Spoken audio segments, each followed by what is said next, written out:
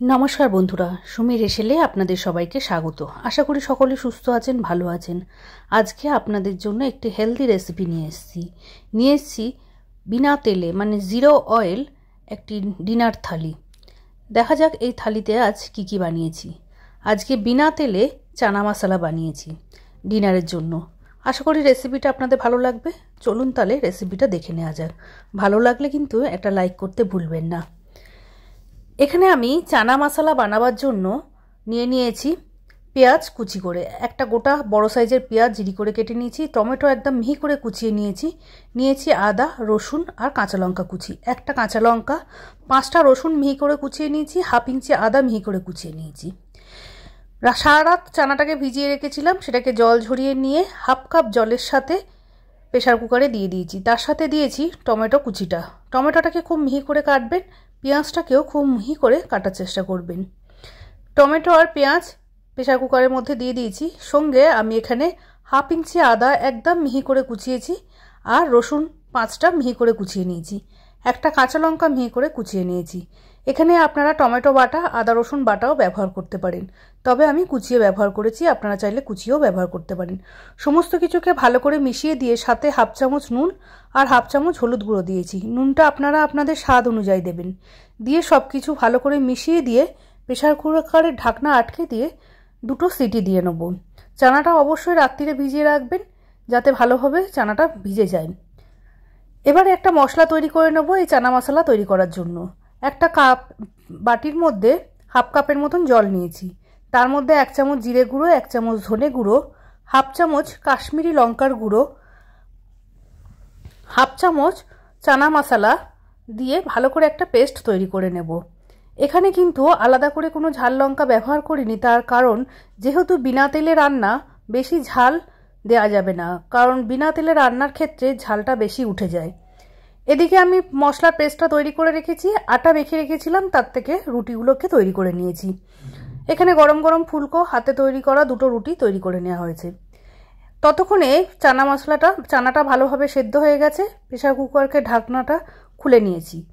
কিছুক্ষণ ঠান্ডা করে নেওয়ার পর প্রেসার কুকার ঢাকনা খুলেছি আর দেখুন পেঁয়াজ টমেটো সমস্ত কিছু খুব ভালোভাবে গলেও গেছে এবং চানাটাও খুব ভালোভাবে গলে গেছে। এবারে যে মশলার পেস্ট তৈরি করে রেখেছিলাম সেটা এই চানার মধ্যে ঢেলে দেব, দিয়ে খুব ভালোভাবে হাতার সাহায্যে মিশিয়ে দেবো যাতে মশলাটা খুব ভালোভাবে মিশে যায়। গ্রেভিটা ততটাই রাখবেন যতটা চাইবেন, ততটা জল দেবেন। খুব বেশি গ্রেভি রাখবেন না, আবার খুব শুকনোও করে ফেলবেন না। এই অবস্থায় ঢাকনাটাকে আটকে দিয়ে আরও একটা সিটি দিতে রেখে দেবো।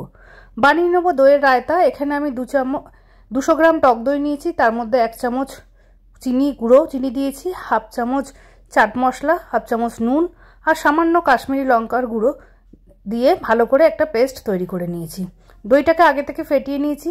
চিনিটা অপশনাল, আপনারা বাদ দিতে পারেন, তবে বাইরের প্যাকেট দই খুব টক, তাই জন্য অল্প করে চিনি দিয়েছি। দিয়ে এবারে একটুখানি ফোড়ন দিয়ে দিয়েছি, ওর মধ্যে কারি পাতা, শুকনো লঙ্কা আর সর্ষে ভালো করে ভেজে নিয়ে সমস্ত কিছুকে ভালো করে মিশিয়ে নিয়েছি। মিশিয়ে দইয়ের রায়তা তৈরি হয়ে গেছে। আমি এটা বুন্দি রায়তা বানাবো। ঘরে আমার কিছু শুকনো বোঁদে বানানো ছিল মিষ্টি ছাড়া, সেই শুকনো বোঁদেটা এর মধ্যে অ্যাড করে আমি বুন্দি রায়তা বানাবো। তবে আপনারা আগে থেকে যদি দেরি হয় খেতে তাহলে আগে থেকে কিন্তু বোঁদেটা দেবেন না, তাহলে নরম হয়ে যাবে। খাবার কিছুক্ষণ আগে যদি বোঁদেটা মেশান তাহলে খেতে কিন্তু বেশি ভালো লাগবে। একটা সিটি দিয়ে নেওয়ার পরে প্রেসার কুকারটা ঠান্ডা হতে ঢাকনাটা আমি খুলে নিয়েছি। চানা মশলা আমার মোটামুটি রেডি হয়ে গেছে। দেখুন সমস্ত কিছু মশলা পেঁয়াজ টমেটো সব খুব ভালোভাবে মিশে গেছে এবং একটা ঘন গ্রেভিও তৈরি হয়ে গেছে।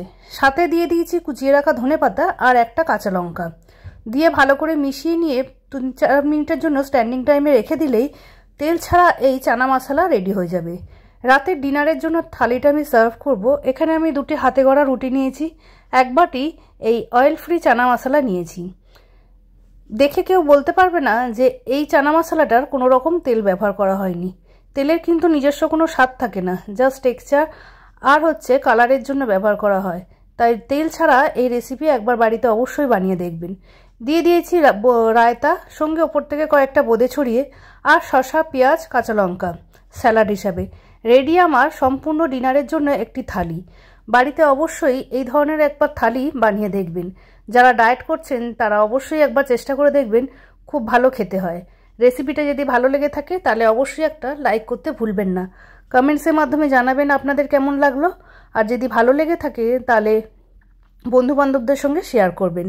নতুন বন্ধু হলে চ্যানেলটিকে সাবস্ক্রাইব করে পাশে বেল আইকনটিকে ক্লিক করে দেবেন এই ধরনের নিত্য নতুন রান্নার রেসিপি পেতে। আজকের মতন এতটাই, নমস্কার।